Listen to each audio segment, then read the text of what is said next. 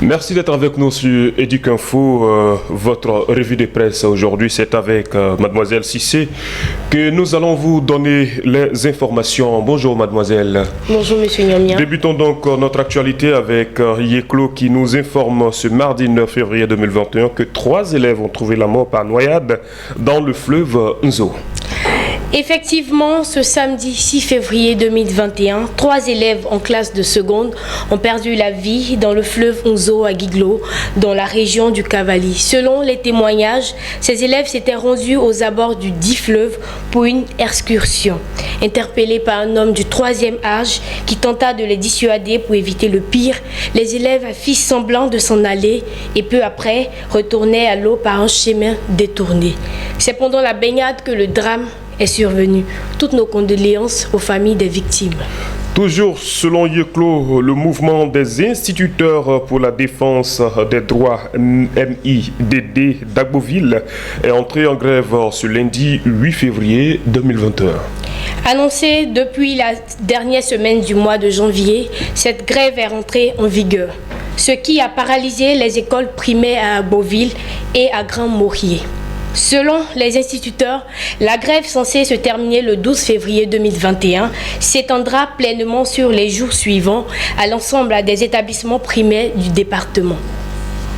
Intéressons-nous à présent à Kouassi. Cet organe nous apprend que les agents de l'administration centrale de l'enseignement supérieur et de la recherche scientifique sont entrés en grève ce mardi 9 février 2021. C'est une grève de 4 jours entamée par les agents de l'administration centrale du ministère de l'enseignement supérieur et de la recherche scientifique pour réclamer le paiement de leurs primes trimestrielles. Ils dénoncent aussi la déperdition des ressources financières de l'administration centrale du fait, selon eux, des collaborateurs du ministre. L'orientation des bacheliers confiée à la direction du système d'information au détriment de la direction d'orientation et des bourses DOB et la mise à l'écart des agents de l'organisation du BTS ne sont pas exclus des causes. Quant à l'agence ivoirienne de presse, il nous apprend donc que les IEPP de Dabou renforcent les capacités de leurs instituteurs. Une séance de formation à l'endroit de 800 instituteurs a été organisée ce lundi 8 février 2021 au foyer des jeunes des cours secondaires méthodistes. Elle avait pour but de renforcer les capacités des enseignants sur la rédaction administrative, les droits et les devoirs du fonctionnaire, ainsi que les sanctions disciplinaires. Enfin, le management scolaire et s'adresse spécialement aux directeurs d'établissement et aux conseillers pédagogiques. Toujours selon l'AIP, les travaux de réparation au lycée moderne de Zionola sont achevés à 80%. Et oui, le président du comité de gestion des établissements du lycée moderne de Zionola, M. Abou Sako, a révélé dans un discours donné à l'agence ivoirienne de presse que les travaux de réparation au lycée moderne de Zionola sont achevés à 80%. Ces travaux concernent les salles de classe, le bâtiment administratif, la salle des professeurs et les bureaux des éducateurs impactés par les violences des élèves réclamant des congés anticipés en décembre dernier. Ces réparations, qui font suite à une levée de cotisation de 3 000 francs CFA des parents d'élèves, constituent un préalable à toute reprise des cours dans les établissements publics et privés de Zionola, Goïtafla et Kanza. Cap sur le quotidien Le Mandat qui nous informe de l'ouverture des concours directs et professionnels. C'est dans un communiqué de la directrice de l'École nationale d'administration, ENA, que l'ouverture du concours direct et professionnel de l'ENA pour l'année académique 2022 a été rendue officielle. À cet effet, les inscriptions débutées depuis le mercredi 3 février 2021 prendront fin le mercredi 4 mars.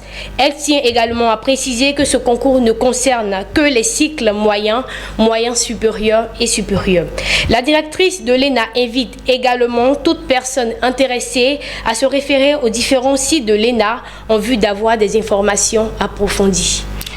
Encore avec le mandat qui relate un fait tragique dans la ville de Grand Laou. Un élève trouve la mort suite à une bagarre. Et oui, un autre drame. Ce lundi 8 février 2021, l'on enregistre une nouvelle victime de violence en milieu scolaire. Il s'agit notamment de l'élève Atseyapo Calixte en classe de 3e au cours secondaire Entente de Grand Laou qui a perdu la vie. Selon des témoins, cette bagarre qui a éclaté depuis le vendredi 5 février 2021 opposait la Fédération estudiantine de Côte d'Ivoire, FESI, et ceux de la coordination des élèves et étudiants de Côte d'Ivoire, CECI. Avec des armes blanches au cœur du conflit, c'est après son évacuation dans un hôpital à Abidjan que l'élève Atseyapo Calixte a rendu l'âme suite aux blessures graves. Direction dans le quotidien, l'expression, la ministre Kandia Camara remet 45 véhicules aux DREN et aux IEP. Ce lundi 8 février 2021, le lycée classique d'Abidjan, situé dans la commune de Cocody, a accueilli la cérémonie de remise de véhicules aux directeurs régionaux de l'éducation nationale DREN et aux inspecteurs de l'enseignement primaire et préscolaire. La ministre de l'Éducation nationale, Mme Kandia Camara, a remis 45 véhicules de service aux DREN et aux IEP. Ces engins de déplacement permettront d'accroître la mobilité des responsables des structures de ce département ministériel. Madame Kandia Camara s'est dite satisfaite de constater que malgré la pression croissante des besoins, le ministre s'occupe avec dévouement de ces structures sur le terrain. Le montant global de ces véhicules est estimé à 990 millions de francs CFA. Nous tenons à rappeler que ce sont 308 véhicules mis à la disposition des DREN et IEP de 2011 à 2020. Nous terminons ce tour d'actualité avec le quotidien Soir Info. Ce journal nous révèle des insécurités en milieu scolaire. On assiste donc à des élèves séquestrés, tabassés et même dépouillés. 8 atmosphères paisibles n'aura duré que quelques semaines.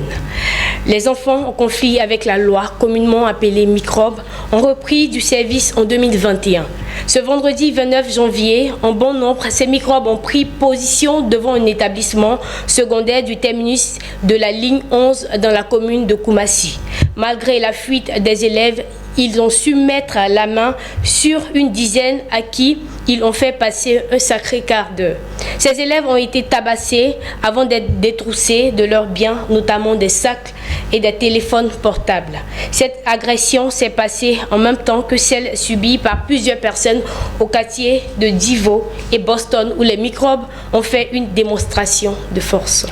Alors c'est tout pour aujourd'hui. Merci de rester connecté sur Planet School TV pour plus d'informations. À bientôt.